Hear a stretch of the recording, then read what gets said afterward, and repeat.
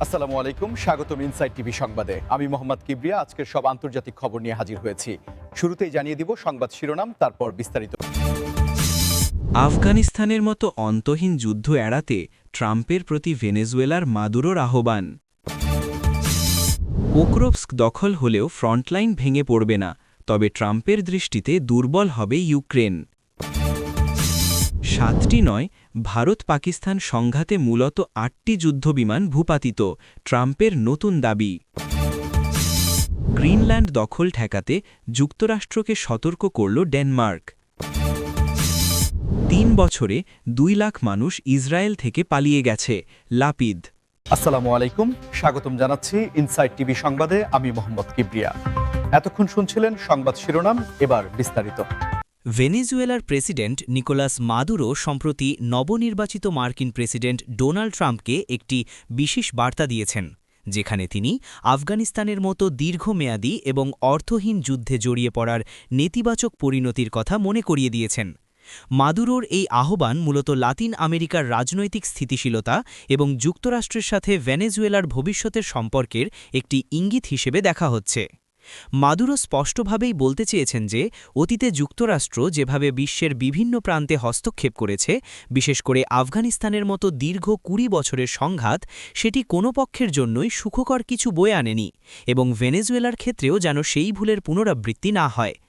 আপনারা যারা এই ভিডিওটি দেখছেন তারা হয়তো জানেন যে ভেনেজুয়েলার ওপর গত কয়েক বছর ধরে মার্কিন নিষেধাজ্ঞা বহাল রয়েছে, যা দেশটির অর্থনীতিতে ব্যাপক প্রভাব ফেলেছে।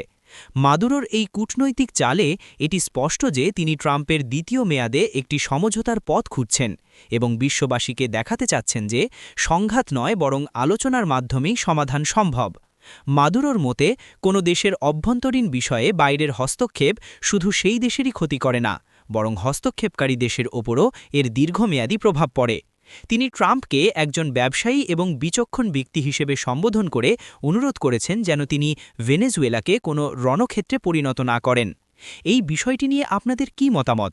আপনারা কি মনে করেন ট্রাম্পের শাসনামলে ভেনেজুয়েলার সাথে যুক্তরাষ্ট্রের সম্পর্কের কোনো ইতিবাচক পরিবর্তন আসবে? আপনার মূল্যবান মতামতটি অবশ্যই নিচে কমেন্ট বক্সে লিখে জানাবেন, কারণ আপনাদের প্রতিটি মতামত আমাদের ভিডিওকে আরও তথ্যবহুল করতে সাহায্য করে। এই আলোচনায় মাদুরো আরও উল্লেখ করেছেন যে ভেনেজুয়েলা নিজের সার্বভৌমত্ব রক্ষায় দৃঢ়প্রতিজ্ঞ, তবে তারা বৈশ্বিক অর্থনীতির সাথে তাল মিলিয়ে চলতে চায় এবং এজন্য শান্তি জরুরি। আফগানিস্তানের উদাহরণ টেনে তিনি মূলত যুক্তরাষ্ট্রের সামরিক উচ্চাকাঙ্ক্ষাকে প্রশ্নবিদ্ধ করেছেন এবং একটি ভারসাম্যপূর্ণ পররাষ্ট্রনীতির গুরুত্ব তুলে ধরেছেন। আমাদের আজকের এই বিশেষ খবরটি ভালো লাগলে লাইক দিতে ভুলবেন না এবং নিয়মিত এমন গুরুত্বপূর্ণ আন্তর্জাতিক নিউজ পেতে চ্যানেলটি সাবস্ক্রাইব করে বেল আইকনটি চেপে রাখুন, যাতে কোনো গুরুত্বপূর্ণ আপডেট আপনার মিস না হয়। আসলে ভেনেজুয়েলার এই পরিস্থিতি বিশ্ব রাজনীতিতে একটি নতুন মোড় নিতে পারে যদি ট্রাম্প প্রশাসন আলোচনার টেবিলে বসে। তবে মাদুরোর এই সাবধান বাণী ট্রাম্প কিভাবে গ্রহণ করবেন সেটাই এখন দেখার বিষয়। পরবর্তী খবরে আমরা নজর দিচ্ছি ইউক্রেন পরিস্থিতির ওপর, যেখানে রাশিয়ার সামরিক বাহিনী দোনেৎস্ক অঞ্চলের কৌশলগতভাবে গুরুত্বপূর্ণ শহর পোক্রোভস্ক দখলের খুব কাছাকাছি পৌঁছে গেছে বলে জানা যাচ্ছে।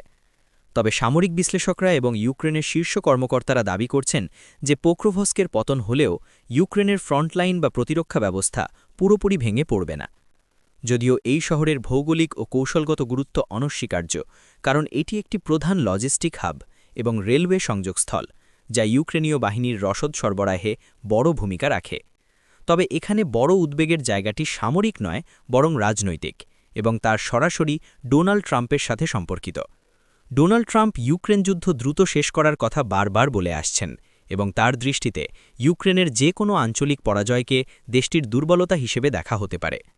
ট্রাম্প প্রশাসন যদি মনে করে যে ইউক্রেন সামরিকভাবে পিছু হটছে, তবে তারা কিয়েভকে রাশিয়ার শর্তে শান্তি চুক্তিতে বাধ্য করার জন্য চাপ দিতে পারে।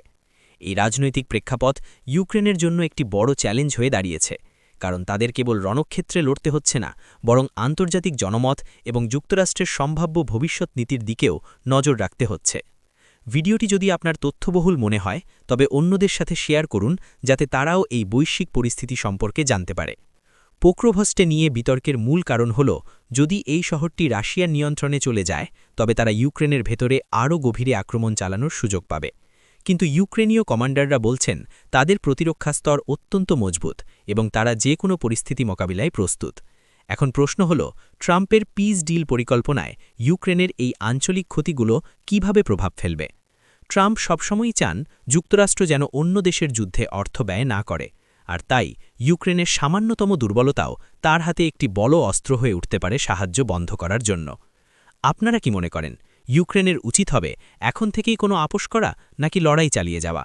এই জটিল পরিস্থিতির প্রতিটি আপডেট আমরা আপনাদের সামনে নিয়ে আসব, তাই আমাদের সাথে যুক্ত থাকতে ভুলবেন না। ট্রাম্পের প্রত্যাবর্তনের পর ইউক্রেন রাশিয়ার যুদ্ধের গতিপ্রকৃতি যে আমূল বদলে যেতে পারে তার প্রাথমিক আভাস পাওয়া যাচ্ছে এই রণক্ষেত্রের সংবাদগুলো থেকেই। ভারত ও পাকিস্তানের মধ্যকার আকাশসীমা সংঘাত নিয়ে আবারও আলোচনা শুরু হয়েছে এবং এবারের আলোচনার কেন্দ্রবিন্দুতে রয়েছেন স্বয়ং ডোনাল্ড ট্রাম্প। ট্রাম্প তার সাম্প্রতিক এক বক্তব্যে দাবি করেছেন যে 2019 সালের সেই বিখ্যাত আকাশ যুদ্ধের সময় 7টি নয় বরং মূলত 8টি যুদ্ধবিমান ভূপাতিত হয়েছিল। আপনারা জানেন যে সেই সময় ভারত এবং পাকিস্তানের মধ্যে এক ভয়াবহ উত্তেজনা তৈরি হয়েছিল, যা সারা বিশ্বের দৃষ্টি আকর্ষণ করেছিল। ভারতের পক্ষ থেকে একটি মিগ-21 বাইসান বিমান হারানোর কথা স্বীকার করা হয়েছিল এবং দাবি করা হয়েছিল যে তারা পাকিস্তানের একটি F-16 ভূপাতিত করেছে। অন্যদিকে পাকিস্তান ভারতের 2টি বিমান ভূপাতিত করার দাবি তুলেছিল। কিন্তু ট্রাম্প এখন যে সংখ্যাটি উল্লেখ করছেন তা সামরিক বিশেষজ্ঞদের মধ্যে নতুন করে কৌতূহল সৃষ্টি করেছে। ট্রাম্পের এই তথ্যের উৎস কি বা তিনি কোন প্রেক্ষাপটে 8টি বিমানের কথা বললেন তা নিয়ে এখন চুলচেরা বিশ্লেষণ চলছে। এই খবরটি আপনাদের কাছে কেমন লাগছে তা জানাতে পারেন লাইক বাটনে ক্লিক করে, এবং যদি চ্যানেলে নতুন হয়ে থাকেন তবে সাবস্ক্রাইব করে আমাদের কমিউনিটির অংশ হয়ে যান। ট্রাম্পের এই ধরনের চাঞ্চল্যকর দাবি সাধারণত অনেক সময় আলোচনার খোরাক যোগায়, তবে আন্তর্জাতিক রাজনীতিতে এর একটি গভীর অর্থও থাকতে পারে। হয়তো তিনি বোঝাতে চেয়েছেন যে দক্ষিণ এশিয়ার স্থিতিশীলতা কতটা নাজুক এবং সেখানে সামান্য ভুল বোঝাবুঝিতে বড় ধরনের প্রাণহানি বা সামরিক ক্ষতিগ্রস্ত হতে পারে। পাকিস্তানের বালাকোট এয়ার স্ট্রাইক এবং পরবর্তী দিনে যে ডগ ফাইট হয়েছিল তা নিয়ে বিতর্ক আজও শেষ হয়নি, এবং ট্রাম্পের এই নতুন মন্তব্য সেই পুরনো ক্ষতকে আবার উস্কে দিয়েছে। ডোনাল্ড ট্রাম্পের এই বক্তব্য কি নিছকই রাজনৈতিক বক্তব্য, নাকি এর পেছনে গোপন কোনো ইন্টেলিজেন্স রিপোর্ট রয়েছে তা নিয়ে জনমনে অনেক প্রশ্ন রয়েছে। দক্ষিণ এশিয়ায় পরমাণু শক্তিধর এই দুই দেশের মধ্যে শান্তি বজায় রাখা বিশ্ব শান্তির জন্য অত্যন্ত জরুরি। ট্রাম্প যখন মার্কিন ক্ষমতায় ফিরে আসার প্রস্তুতি নিচ্ছেন, তখন ভারত ও পাকিস্তান বিষয়ক তার এই ধরনের পর্যবেক্ষণ ভবিষ্যতে এই অঞ্চলের প্রতি তার নীতির একটি ইঙ্গিত হতে পারে। আপনারা কি মনে করেন, ট্রাম্পের এই 8টি বিমানের দাবি কতটা যৌক্তিক? আপনাদের মতামত কমেন্টে জানাতে ভুলবেন না, কারণ আমরা জানতে চাই সাধারণ মানুষ এই বিষয়টিকে কিভাবে দেখছে। এরপর একটি অবাক করার মতো খবর নিয়ে আসছি, যেখানে ডেনমার্ক যুক্তরাষ্ট্রকে এক কড়া হুঁশিয়ারি দিয়েছে। যুক্তরাষ্ট্রের সাবেক এবং সম্ভবত হবু প্রেসিডেন্ট ডোনাল্ড ট্রাম্প অতীতে গ্রিনল্যান্ড কেনার ব্যাপারে যে আগ্রহ দেখিয়েছিলেন, ডেনমার্ক সরকার এখন তা নিয়ে আগাম সতর্কবার্তা জারি করেছে। ডেনমার্ক পরিষ্কারভাবে জানিয়ে দিয়েছে যে গ্রিনল্যান্ড কোনো পণ্য নয় এবং এটি ডেনমার্কের একটি অবিচ্ছেদ্য অংশ, যার সার্বভৌমত্ব নিয়ে কোনো আপোস করা হবে না। আর্কটিক অঞ্চলে রাশিয়ার ক্রমবর্ধমান প্রভাব এবং প্রাকৃতিক সম্পদের প্রাচুর্যের কারণে গ্রিনল্যান্ডের কৌশলগত গুরুত্ব দিন দিন বাড়ছে, আর ঠিক এই কারণেই যুক্তরাষ্ট্র এই বিশাল দ্বীপটির ওপর নজর রাখছে।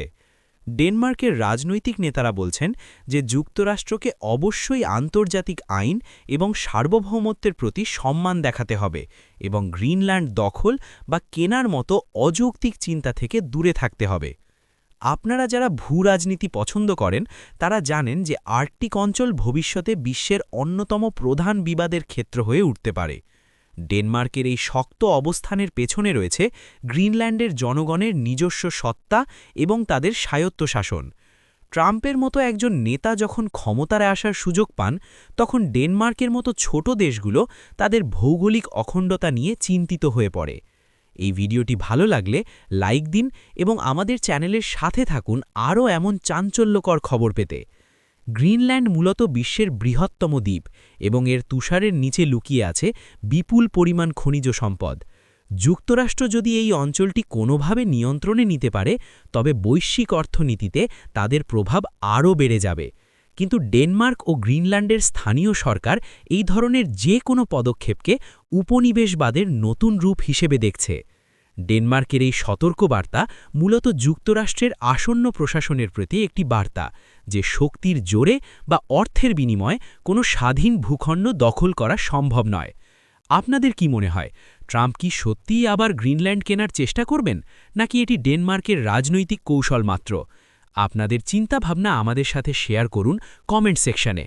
ডেনমার্ক এবং যুক্তরাষ্ট্রের মধ্যকার এই কূটনৈতিক টানাপড়েন আগামী দিনে আটলান্টিক সম্পর্কের ক্ষেত্রে নতুন কোনো মোড় নেয় কিনা সেটাই দেখার বিষয়। সবশেষে আমরা নজর দেব ইসরায়েলের একটি চাঞ্চল্যকর পরিসংখ্যানে, যা প্রকাশ করেছেন দেশটির বিরোধী দলীয় নেতা ইয়ার লাপিদ। লাপিদ দাবি করেছেন যে গত ৩ বছরে প্রায় ২ লাখ মানুষ ইসরায়েল ছেড়ে চিরতরে পালিয়ে গেছে বা দেশ ত্যাগ করেছে। এটি কোনো ছোট সংখ্যা নয় এবং একটি দেশের সামাজিক ও অর্থনৈতিক কাঠামোর জন্য এটি একটি বড় সতর্কবার্তা। লাপিদ এই পরিস্থিতির জন্য বর্তমান সরকারের কঠোর নীতি এবং অভ্যন্তরীণ নিরাপত্তাহীনতাকে দায়ী করেছেন। আপনারা হয়তো লক্ষ্য করেছেন যে মধ্যপ্রাচ্যের অস্থিরতা এবং ইসরায়েলের ভেতরে চলমান রাজনৈতিক বিভাজন অনেক সাধারণ মানুষকে দেশ ছাড়তে বাধ্য করছে। বিশেষ করে তরুণ প্রজন্ম এবং উচ্চশিক্ষিত পেশাজীবীরা উন্নত ও শান্তিপূর্ণ জীবনের আশায় ইউরোপ বা আমেরিকার দিকে পাড়ি জমাচ্ছে। কোনো দেশের মেধাবী মানুষেরা যদি এভাবে দেশ ত্যাগ করে, তবে সেই দেশের দীর্ঘমেয়াদী ভবিষ্যৎ অন্ধকারের দিকে ধাবিত হয়। এই খবরটি যদি আপনার কাছে গুরুত্বপূর্ণ মনে হয়, তবে ভিডিওটি সাবস্ক্রাইব করে আমাদের সাথে থাকুন। লাপিদের এই বক্তব্য মূলত প্রধানমন্ত্রী নেতানিয়াহুর প্রশাসনের ব্যর্থতা তুলে ধরার একটি প্রয়াস হিসেবে দেখা হচ্ছে।